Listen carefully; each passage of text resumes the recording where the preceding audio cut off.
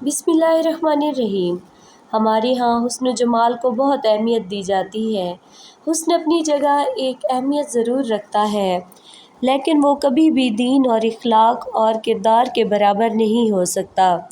اس لیے بہت سی ایسی لڑکیاں صرف اس لیے شادی سے محروم رہ جاتی ہیں کہ ان کے پاس معاشرے کا مطلوبہ معیار حسن نہیں۔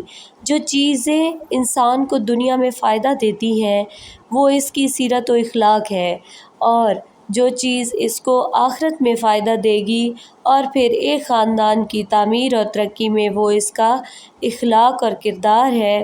اس لیے اگر ان دو چیزوں میں سے ایک کو چلنا پڑے تو اس میں انسان کو پھر دین ہی کو ترجیح دینی چاہیے۔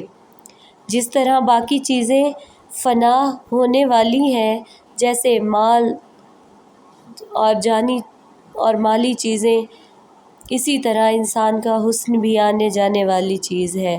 سوال یہ پیدا ہوتا ہے کہ رشتے کی تلاش میں طریقہ کار کیا اختیار کیا جائے؟ کیا وہ جو ہمارے معاشرے میں عام طور پر ہوتا ہے کہ رشتے کی تلاش میں مختلف جگہ پر عام طور پر یہ ہوتا ہے کہ رشتے کی تلاش میں مختلف جگہ پر لڑکیاں دیکھی جاتی ہیں اور پھر ان کی خامیاں اور نقائص اور ناپسندیدہ چیزیں جگہ جگہ بیان کی جاتی ہیں۔ قرآن پاک میں اس قسم کی چیز کی سختی سے مذمت کی گئی ہے۔ تو بات یہ ہے کہ رشتے کی تلاش میں انسان جو بھی اس کے لیے پاسبل آسان طریقہ ہو اس کے لیے کوشش کر سکتا ہے، دیکھ سکتا ہے، لیکن دیکھنے کے بعد اگر پسند نہ آئے تو اس کو مجلسوں میں بیٹھ کر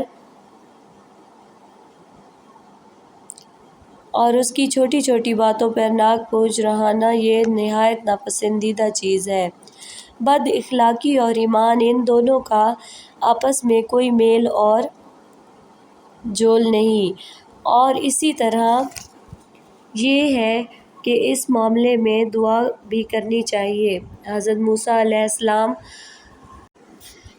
ہجرت کرنے کے بعد مصر سے، تو وہاں انہوں نے جب کہ ان کے پاس نہ کوئی گھر تھا اور نہ کچھ،